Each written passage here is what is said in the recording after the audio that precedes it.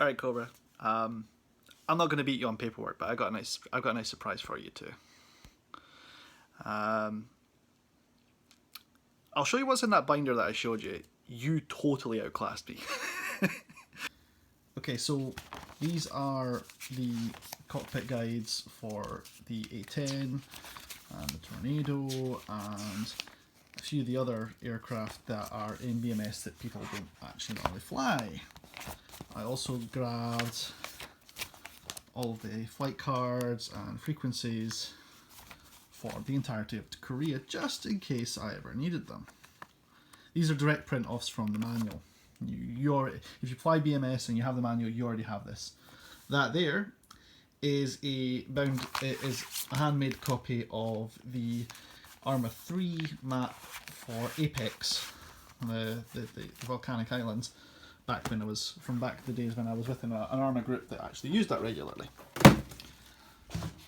That there is the map that you probably saw me make, and that's actually got my most recent UOAF mission plan. So every weekend when there's a mission plan, I will draw it out on this map, and I will have frequencies for the different air bases nearby.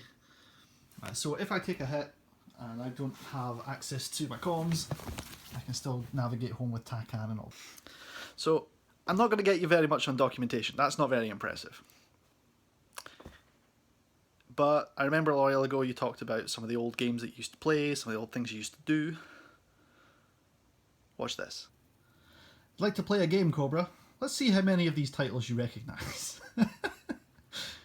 This there is what used to be my dad's and is now my own Atari ST. 1989, 1991, that kind of area. There's F-19 from Microprose. This is proof that piracy is still around and has been for over 30 years. Congratulations. There's some great stuff from Microprose. Flight of the Intruder, more Microprose. You can tell my dad was a Microprose fan. And there's Future Wars. You can check the dates on these discs. And for those of you who are wondering what the hell those discs are, then welcome back to the 1980s. And for those of you who know what you're looking at right now, you're now my #1 fan. That there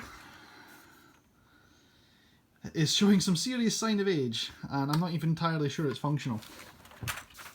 But I wouldn't part with it for the world. It's literally the first computer I ever actually owned, used, or operated for any length of time. So, your move, I guess.